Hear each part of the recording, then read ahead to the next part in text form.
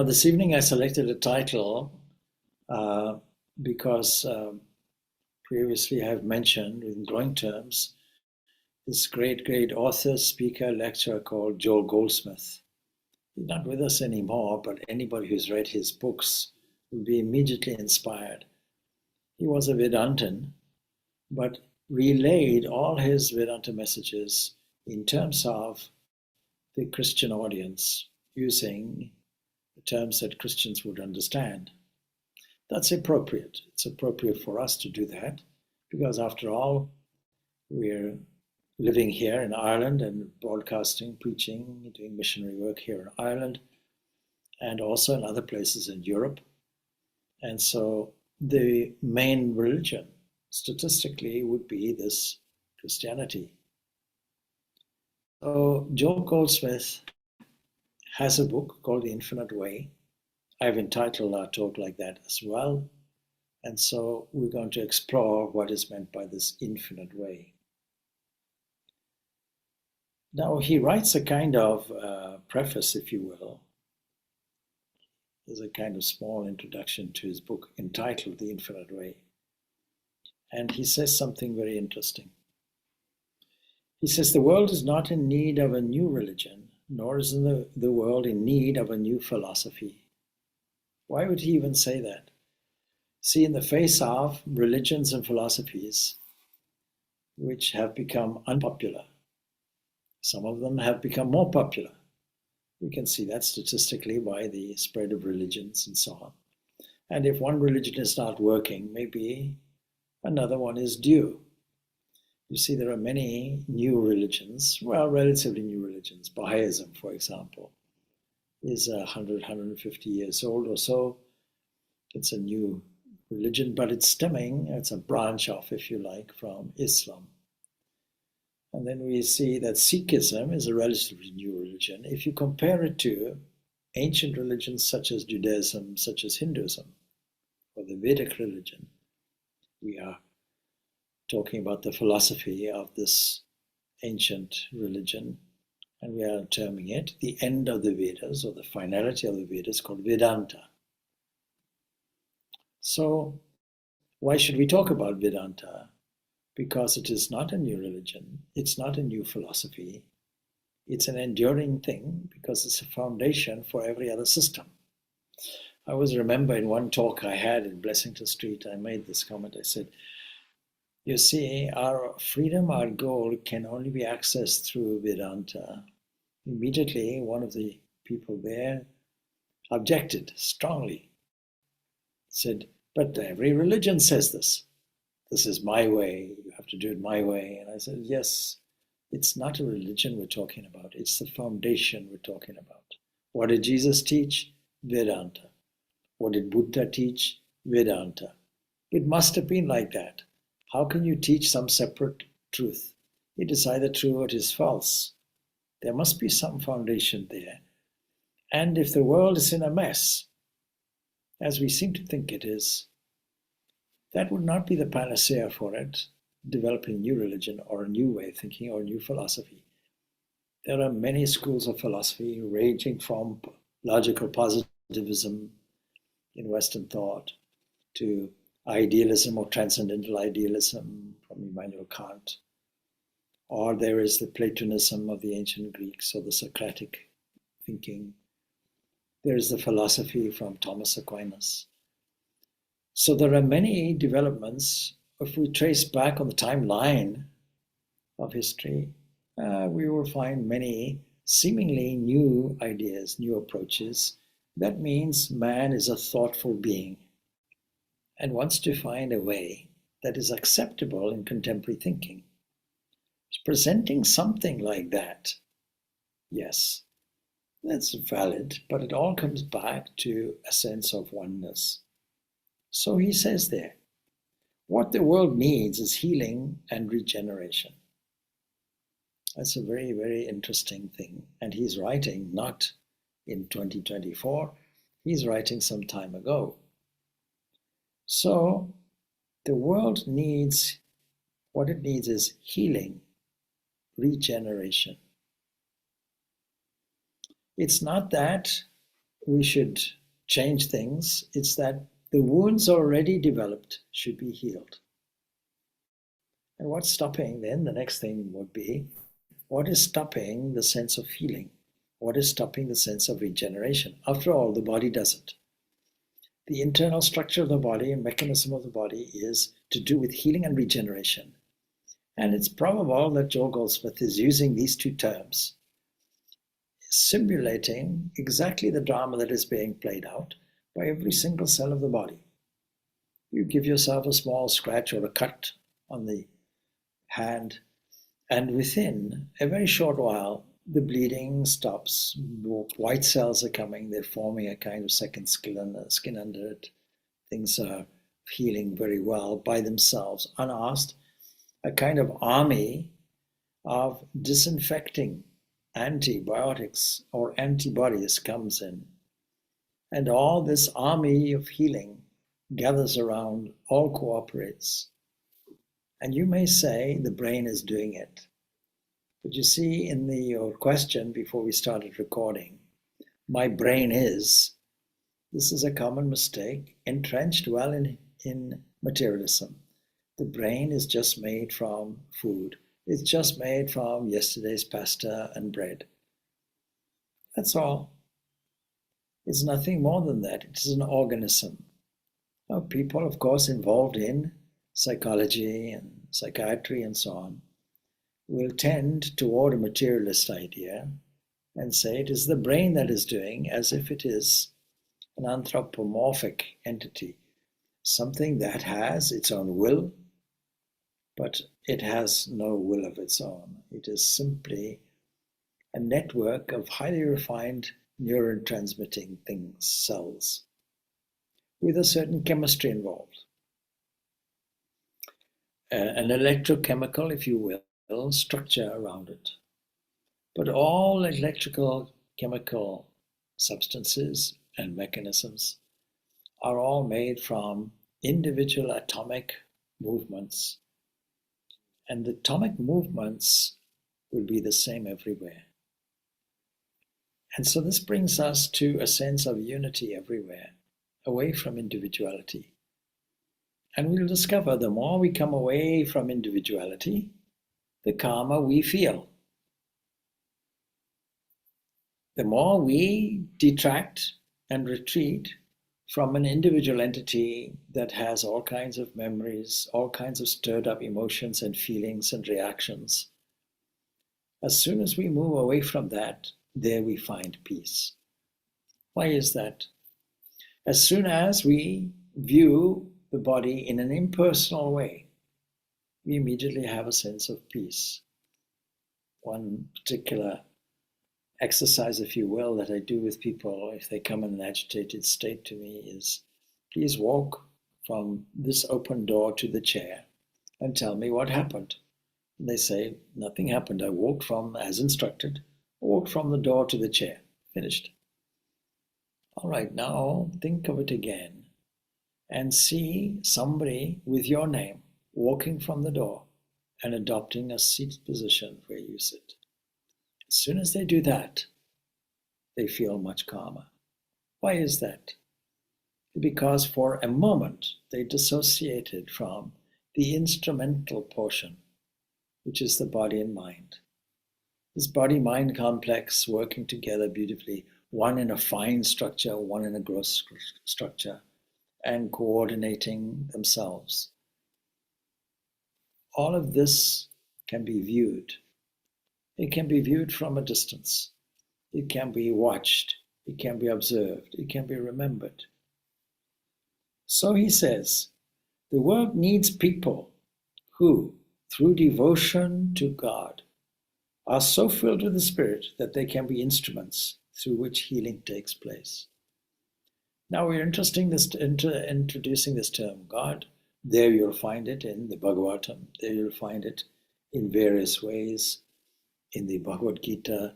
You will not really find it in the Upanishads. The Upanishads will prefer to talk about the self. See the self in all beings in the self. You won't grieve by virtue of this. You won't get angry by virtue of this. You won't engage in the so-called normal reactions to things from this point of view. And Krishna inserts this one thing, see me. In other words, see God. To do this requires imagination. Now we should use exactly what is producing our fear. We should use exactly that structure, exactly that formula to conquer the fear.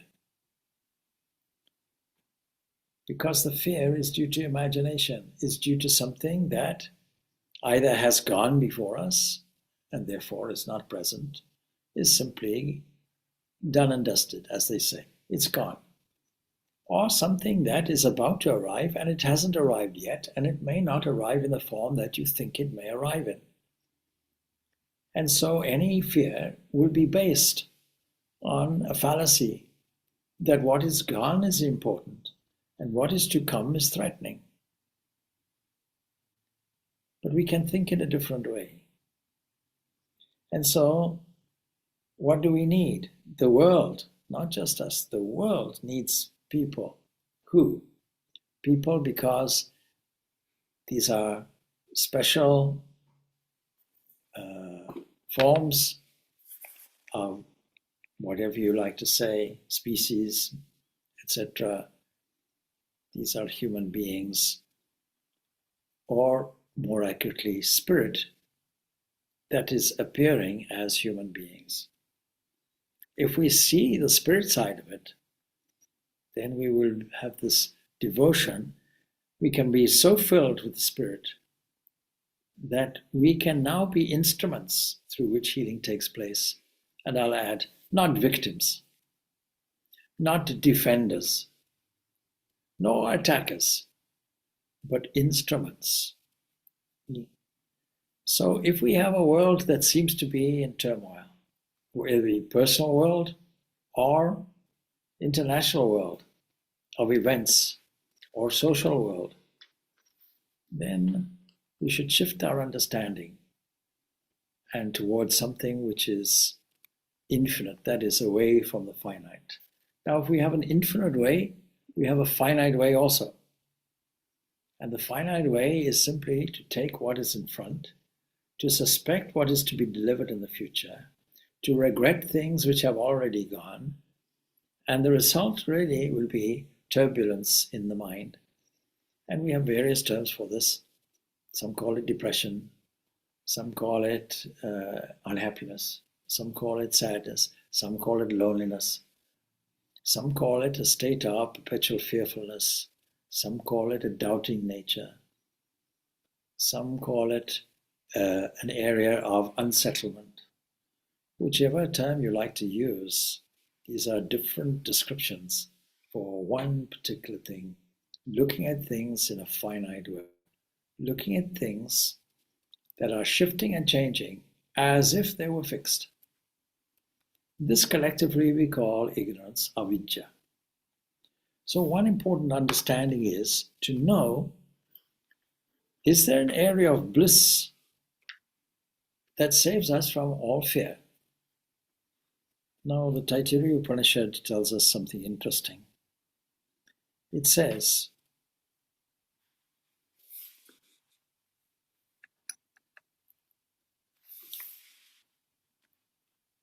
first of all, there is a particular area, the infinite, where words turn back along with the mind.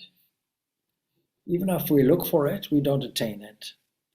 And the person who knows that has a blissful experience, and the bliss of the ultimate, the absolute called Brahman, and fears not from anything at all, complete fearlessness. And if you recall, I think one of my talks was on fear. And the goal is fearlessness. How do we get it? We get it by trying to understand this Brahman, which goes beyond concepts, words, descriptions, and so on. It's not an object to be scrutinized. And if we know it, how do we know it is the next thing. Well, such a person truly, the thought doesn't torment such a person who has this understanding. Doesn't think, Why have I not done it the right way? Why did I do it that way? In other words, regret. Why have I done something which is sinful or out of ignorance? And he who knows that bliss underlying everything saves himself from these particular thoughts which mull around in all our minds and creates only further unsettlement. From both of these, the person saves himself. And if you know this, you know the secret beyond all the other teachings. So it does yato vacho nivartante aprabhya manasa saha anandam brahmano vidwan na bhivete kutashana. From whence from words return together with the mind. Now, if you understand through this investigation what will happen. So, a beautiful statement addressed to Bhrigu. Bhrigu is the son of Varuna. He approaches his father, who is Varuna, and asks him some question. Please teach me this absolute, this unity, this infinite. It means teach me the way also. And so a beautiful formula comes up. Tamhavacha yato va imani bhutani jayanti yena jatani jivanti yat prayanti avisamvishanti tad vijñāsa va tad prameti satapo tapyata satapas tapta. Anyway, to him he said, that from which these beings are born, that by which when born they live, that into which when departing they enter. Please go look for that, because that is the absolute from which the mind, together the words come back without any understanding. And then what did he do? He performed austerity of thought. He shifted his understanding, guided his thought in a different direction, filled up with positives, if you will. And having performed that, he then understood. He understood that all the different segments that we can observe, such as matter, such as life, such as mind, such as intellect, all the various layers which seem to be disturbing us, intelligence and so on and so forth, we're all that one entity. And we can easily call this the absolute, yet we're not there yet fully. And the line of it is, there is no Brahman separate from the matter and the world. There is no gold separate from the gold ring, the gold ornament, the gold bracelet. There's no gold and the ring. There's no clay and the pot. There's no ocean and the wave. It is all one thing. And that's something that we have to cultivate and get used to. That is the infinite way. So, Goldsmith says, we live under the illusion that material forces and human will are great powers until we learn that within our own being there is a spiritual power which dispels this illusion. There is a peace, be still, within our own consciousness, which will still every storm in our experience. That means that when we notice some kind of disturbance in the mind, let us label it as fear, we have to see, and you remember I gave a definition, fear is faith in heredity, faith in this material inheritance, this lineage, which puts you here as an individual. And you're endorsing every day, every time you wake up, you're endorsing, I am that being. So we have to understand this infinite invisible, and we have to understand it from a very different point of view, from the point of view of oneness, and that means that we have to continuously reassert it. The message of the infinite way, says Joel Goldsmith, is not to give the world a new teaching, but to give the world an experience. The infinite way is actually a God experience, or it is a Christ experience, or a Buddha experience, or it is an experience of the divine firsthand. The infinite way is not its writings, lectures, or classes. That's not an infinite way. These various things, such as these lectures I'm delivering, the scriptures that are being written, further writings which are being taken, lectures, classes, and so on that you'll find all over YouTube. These are just the instruments leading us to the infinite way. They are not the infinite way. The infinite way itself is the actual experience. He calls it God experience, the actual experience. It became very clear to a serious student one day, he says, while meditating upon the subject of the desert and water, that talking about water or thinking about it wouldn't quench his thirst. Not even seeing or touching water would satisfy. Only by drinking and thus experiencing water is thirst quenched. And almost from the beginning, he says, I realized that no matter what truth or how much truth we know, truth is not a healing agency. What we know of truth is merely a step leading to a certain state of consciousness. And that state of consciousness is in fact a healing agency. So, Joel Goldsmith is suggesting a oneness, and he uses an analogy, and this analogy has been used by many people before, but it's useful to bring it back and reflect on it. That is the analogy of the ocean. He uses this analogy to say that the wave is the ocean. In fact, in every single drop of water, we will find the infinite ocean. It is not in any way separate from it. And if we compare this to our own small experience as a wave thing going up and down, and trying to relate with other waves, and trying to do the best that we can, what we will see is that we are ultimately, in the light of full knowledge and understanding, we are waves, and that means we are connected with every wave, and we are connected with the ocean. In fact, we are the ocean itself.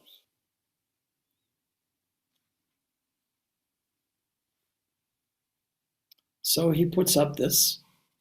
He says that not only will you discover that you're connected with the divine, but you're connected with every other part of the divine, as it were, every other aspect. Possessing the divine light within, man gains his freedom from the world and security from all earthly or human dangers. In other words, it's highly practical to understand this infinite oneness, this infinite invisible. This period holds terrors and fears for many. Spiritually illumined will recognize that because no good can come or go, that because spiritual activity is always of the nature of fulfillment, that because their illumination has revealed the reality of things, they are anchored in soul, in God consciousness, in spiritual peace, in security and serenity. He writes so beautiful. We will fear no change in the outer picture, because the outer is but the reflection of all the allness within. So we can feel safe in the realization that we are individual through infinite spiritual consciousness, embodying all good. We need give no consideration to the evidence of the senses. Now you may say, yes, that's fine if you're spiritually illumined. But the point is that we have to repeat over and over again that our real nature is akin to the ocean. Our real nature is this oneness. Our real nature is the infinite. We'll pick up another passage.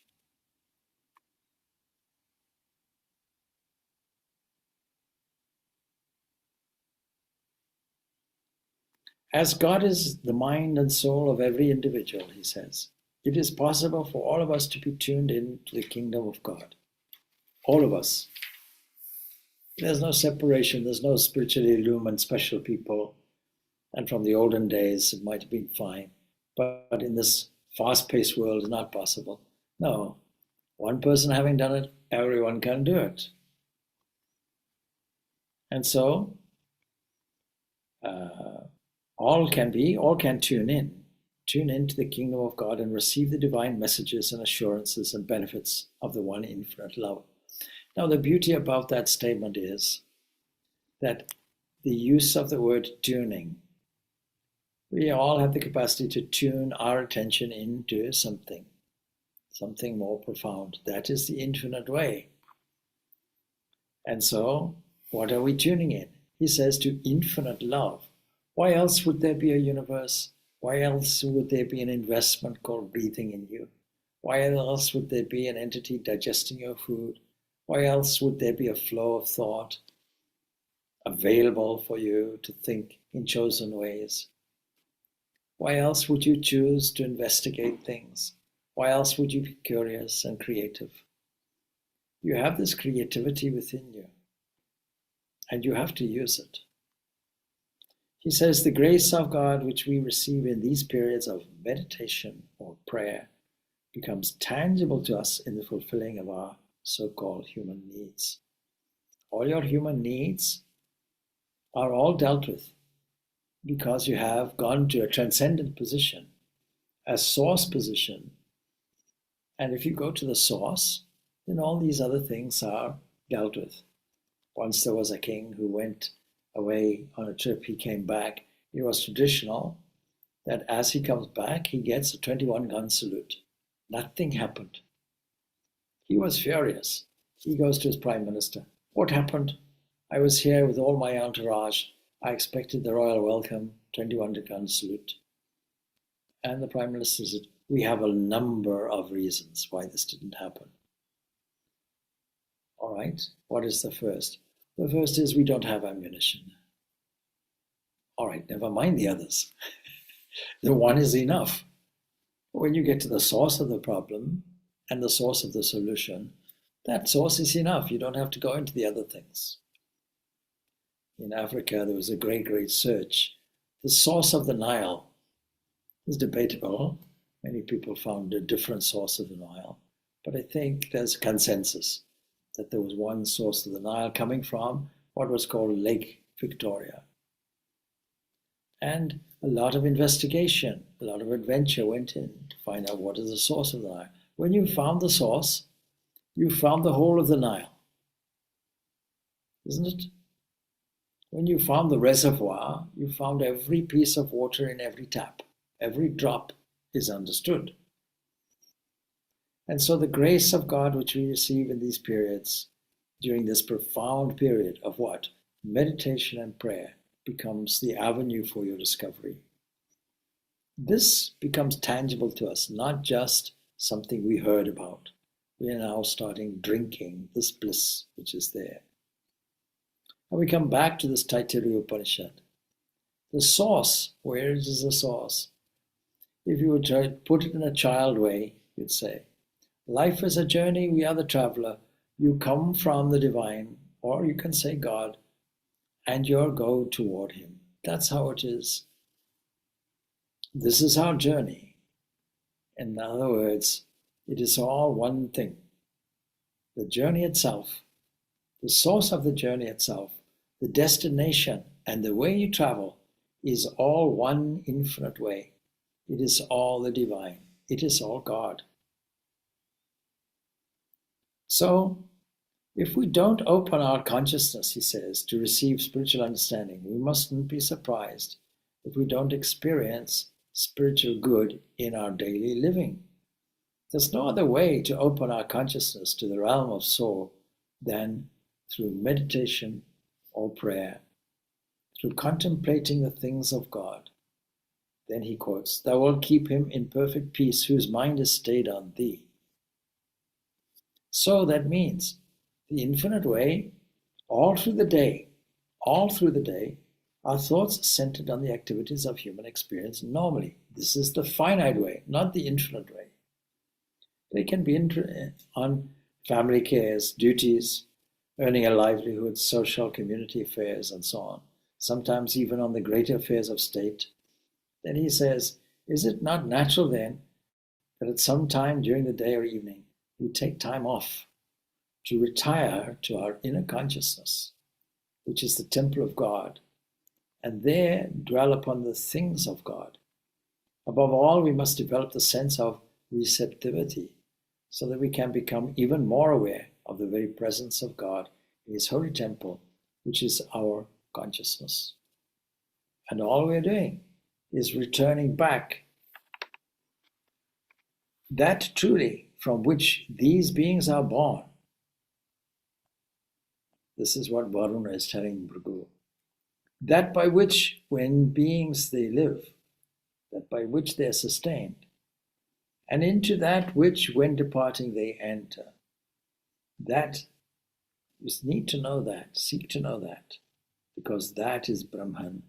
And then the means is described: to perform discipline, self-control, austerity really of thought. This fundamental definition of Brahman, that it is the source, the sustaining element, and that in which things are dissolved, that fundamental definition as that from which the origin, continuous, and dissolution of the world comes, is of Ishvara. We can now say the one Lord, Ishvara. And that is the one who is creating the world, sustaining it, and dissolving it. Now we come back to the analogy of the ocean. Where do the waves come from? Are they not coming from the deep aspect of the ocean that surfaces and plays? Is it not going back again? Is it not being sustained by the fundamental foundation underneath it called ocean? And more than that, every drop of it is the ocean. It is not that there is God and the world. It is not that there is a creator and a creation. No more than it is gold and the ring. This is such a beautiful understanding that when we rehearse it time and time again, repeat it 1,000 million times through scripture or listening to the teacher, or even in this modern day and age, listening to videos, reading books. In the ancient days or in medieval Europe, very few people read books. They had to have pictures in stained glass windows and in carvings, and also in stories that people told them. But they were largely illiterate. They couldn't read, they couldn't write. And when the so-called wise people withheld reading and writing to make it a specialist thing, it only saturated the surroundings with darkness. Today is a day of enlightenment. This modern era is an era where everybody has eyes and ears and the education, more or less, that they can use in order to investigate things, read things, learn things. And that is all external, because what is the internal dimension of this? What is the real essence of discovering? To discover the depth of the ocean, you have to dive down deep. Above all, says Joel Smith continuing, we must develop the sense of receptivity so that we can become even more aware of the very presence of God in His holy temple within, which is our consciousness, in the secret place of the Most High, which is the Holy of Holies, which is our very own inner consciousness. We receive there illumination. If we didn't go there, we won't receive it. We receive illumination, he says, guidance, wisdom, and spiritual power. In quietness and in confidence shall be your strength. So as we learn to listen to the still small voice, the Spirit of the Divine, the Spirit of God, opens our consciousness to the immediate awareness of spiritual good. And we are filled with divine energies of spirit. We are illumined with the light of the soul. We are refreshed with the water of life and fed with that nourishing food which doesn't perish. Now I'm paraphrasing a little bit here. The spiritual food is never rationed to those who learn to meet God within the temple of their being, to receive the grace which is flowing. So two things are happening. One is opening and a receptive mind, waiting for the still small voice, and the other is the corresponding divine grace that pulls us and saturates us. In order to receive this grace, says Joel Goldsmith, we must retire from the world of sense. We must learn to silence the material senses and have audience with God. God must become to us a living reality, a divine presence, a Holy Spirit within. And this can only be when we have learned to meditate, to pray, and contemplate the divine. And through this, we become aware of this internal presence. And this awareness remains with us all day and all night as we go about our human existence. The awareness enters into our every experience and prospers every endeavor. And this consciousness of the presence of Christ is a light unto our feet, he puts it in Christian language, and a guiding star unto our aspirations, in the presence that goes before us. And then he quotes, making the crooked places straight before us. It's the quality in our consciousness that makes us understood and appreciated by others. Now he gives a method, very practical method. Recently I was asked by one devotee, can you answer some questions? I'll record it. She was aiming at children. Children, well, the youth, means teenagers probably, hardly children. You know, people are asked, some evil person like Hitler, would you kill Hitler as a baby? No, of course not. We can't kill a baby. Teenager, maybe we will think about strangling. So anyway, for teenagers, one question was like this. What would you say is an indispensable, I'm paraphrasing, an indispensable habit, if you will, first thing in the morning? And my answer was, go to any statue or picture as you wake up and make a prostration, give a salutation, and repeat God's name lovingly. Now I said this because I realized who they were, but Joel Goldsmith gives another way of putting it, a very practical way. Listen to what he says. On awakening in the morning, he says, and preferably before you get out of bed, turn your thought to the realization that I and my Father are one.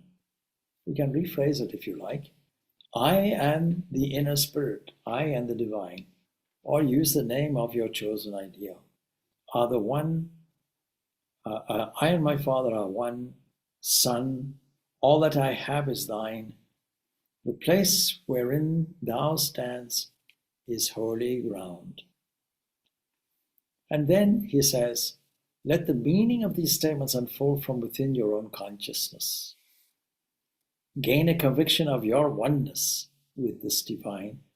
And he says, with the Father, is the Christian, Judeo-Christian language, with the universal life, the universal consciousness. Feel the infinity of good within you, which is the evidence of your oneness with the infinite source of your being. And as soon, he says, as you begin to feel a stirring within you, a sense of peace or the surge of divine life, then get out of bed and make your physical preparations for the day. Before leaving your home, sit down and ponder your oneness with God. So for adults, this is the formula. The wave is one with the ocean. This is the beautiful passage he tells, using the analogy of water. The wave is one with the ocean, indivisible and inseparable from the whole ocean. All that the ocean is, the wave is. And all the power and all the energy, all the strength, all the life and all the substance of the ocean are expressed in every wave. The wave has access to all that lies beneath it, for the wave really is the ocean. Just as the ocean is the wave, inseparable, indivisible, one. And then he says, note here this very important point. There is no place where one wave comes to an end and the next wave begins, so that the oneness of the wave with the ocean includes the oneness of every wave with every other wave. Now, what are these waves? Different people, different places, different events, different scenes, different interactions with people you know and people you don't know. These are all the waves. And when you look at it, it's all the one thing. It is only a curious way of interpreting what we see, that we see all the fragmented differences. Now he continues, as a wave is one with the ocean, so you are one with the divine, or God. Your oneness with the universal life constitutes your oneness with every individual expression of that life, every single wave. In fact, if you observe waves, you'll see one wave takes a rise, it falls, we don't know where it's disappeared to, but itself gives rise to another wave. You can see a continuation. Our interpretation, here's a wave, here's another wave. But when you observe it closely, you'll see you can't avoid it. One life manifestation arises, develops, and melts into the other one. So, individual expression of that life, your oneness with the divine consciousness, constitutes your oneness with every idea of consciousness. And as the infinity of the divine, of God, surges through you to bless all with whom you come in contact, remember that the infinity of God is also surging through every other individual on earth to you. No one is sharing anything with you. That is of himself. But all that he has is of the Father, in other words, of that creative source. So also everything that you have is of the Father, and you are sharing it with all the world. Now there's a reason why we say Father. We can say Father, we can say Mother. It is to bring this in a personal way and relate to it in a personal way. As soon as we do that, we understand the statement, God is love. So there's a fatherly aspect, there's a motherly aspect, there's a caring aspect, there's an aspect where we can feel secure. That is the meaning behind giving roles to this divine, which in its own essence, the mind comes back together with speech. You are one with the Father, with the universal consciousness, and you are one with every spiritual idea of which this consciousness is conscious. Now, of course, there's a tremendous idea, and that's what he says. There's a tremendous idea if you can grasp it. And how do we grasp anything? We grasp something by repeating the principle over and over and over again. And how do we make it practical for us? We use the capacity of our imagination, having a kind of penetrating point of view that looks through the outside and gets to the core and comes back again and re-registers all the different forms or waves to that same divine. It's not just one-way traffic. It's going there to the depths and coming back also. So that the manifested thing is the same as the source. So, he says that if you can grasp it, it means that your interest is the interest of every individual in the world. It's not that you're an independent person and to hang with the rest.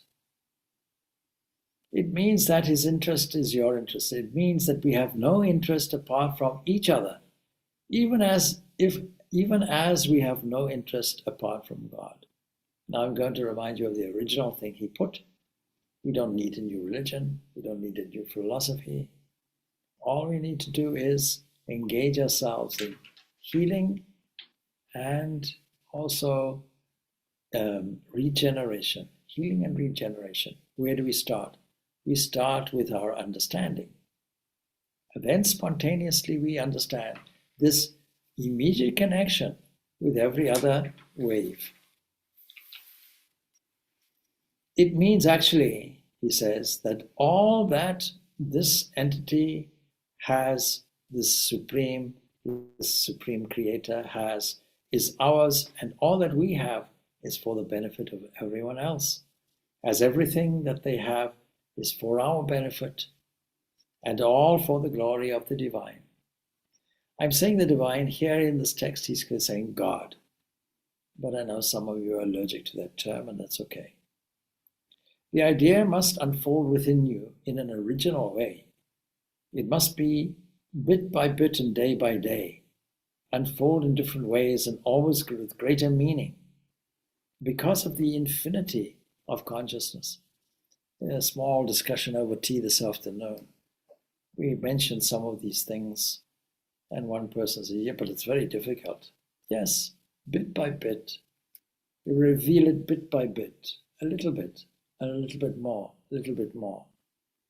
This is the way that they do it in science, because if you look at the world as it is, you won't find what's underneath it. You have to penetrate a little bit more.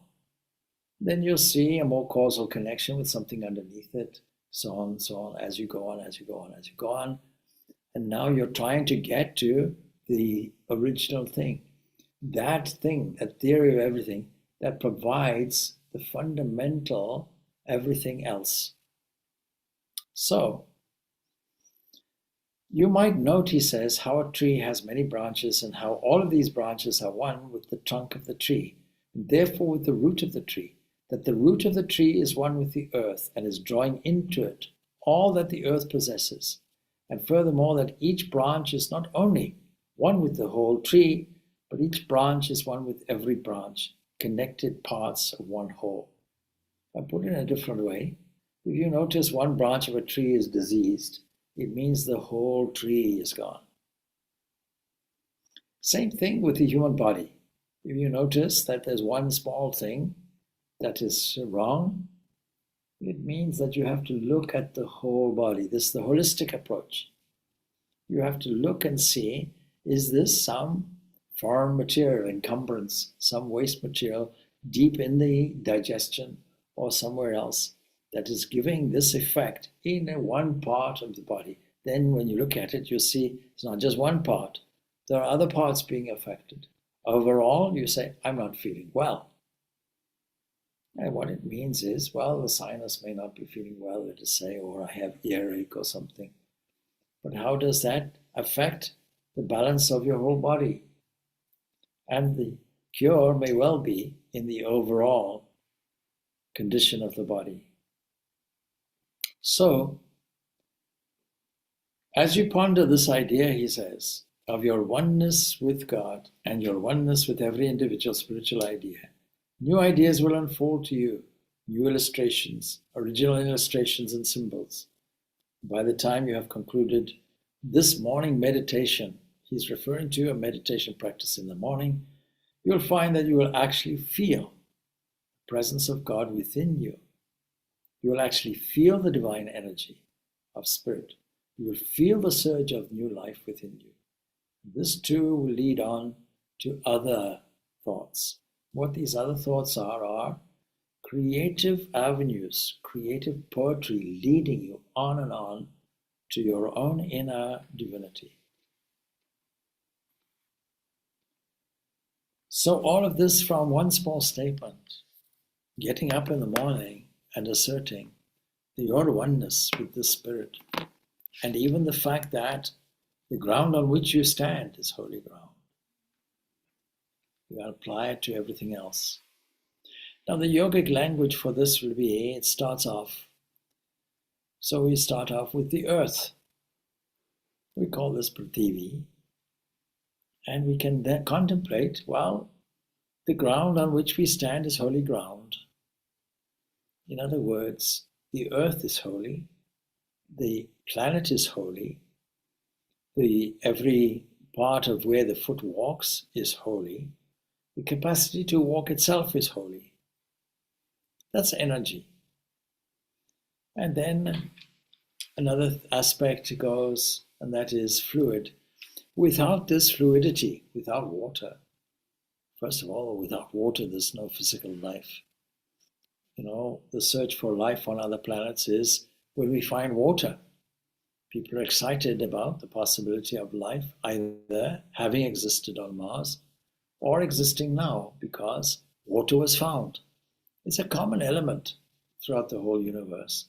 And when you have water in combination with another environment, with a proper environment, then it's an environment for growth. Bacteria, for example, can live in extremes of heat called thermophilic bacteria, and in also conditions of extreme cold, and still survive.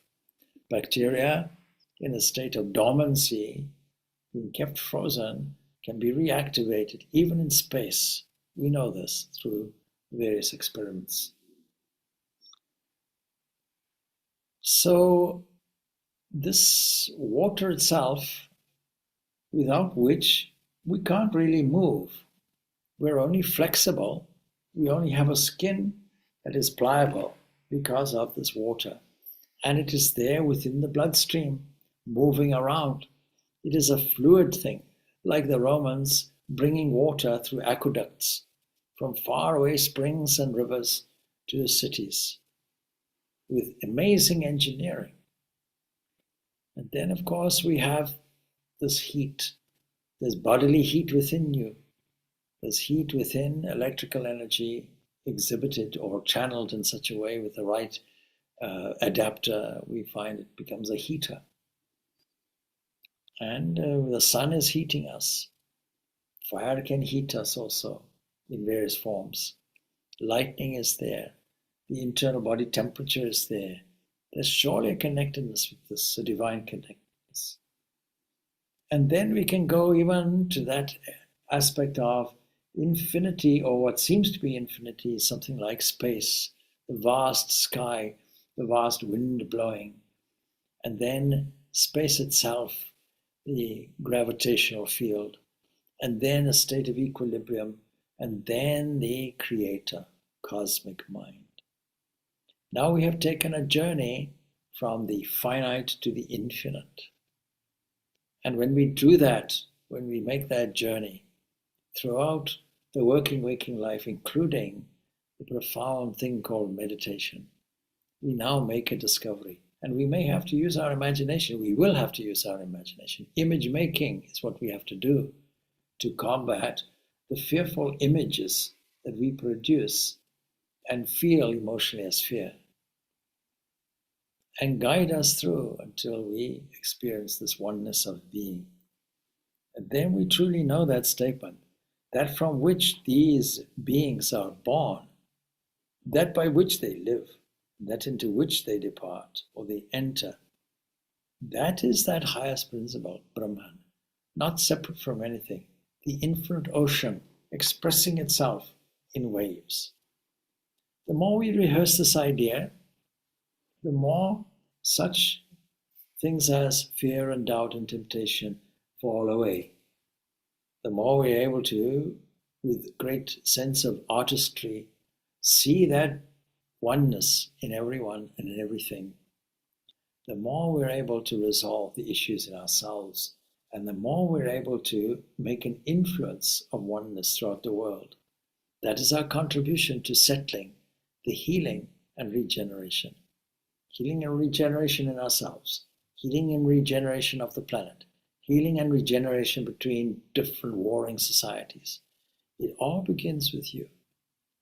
We tend to add to the fear, you see. We tend to add to the fear by allowing our attention to be deviated from this divine that we could be seeing joyfully everywhere.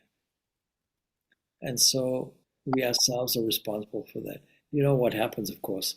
We put the burden on the external. We say on the external world that, oh, somebody has made me fearful, or some report has made me fearful, be it medical or otherwise, has made me feel fearful. and less confident and doubtful. You see how many sense of the individuality is coming out. And rehearsing every day this sense of oneness. I and the Father are one. That we have to rehearse all the time, continuously. This is the practical understanding of non-dualism. All right, we'll leave it at that then. Om Shanti, Shanti, Shanti. Peace, peace, peace, peace to all. Good. Thank you. Thank you so much. Swami. Thank you, Swami. Thank you, Swami.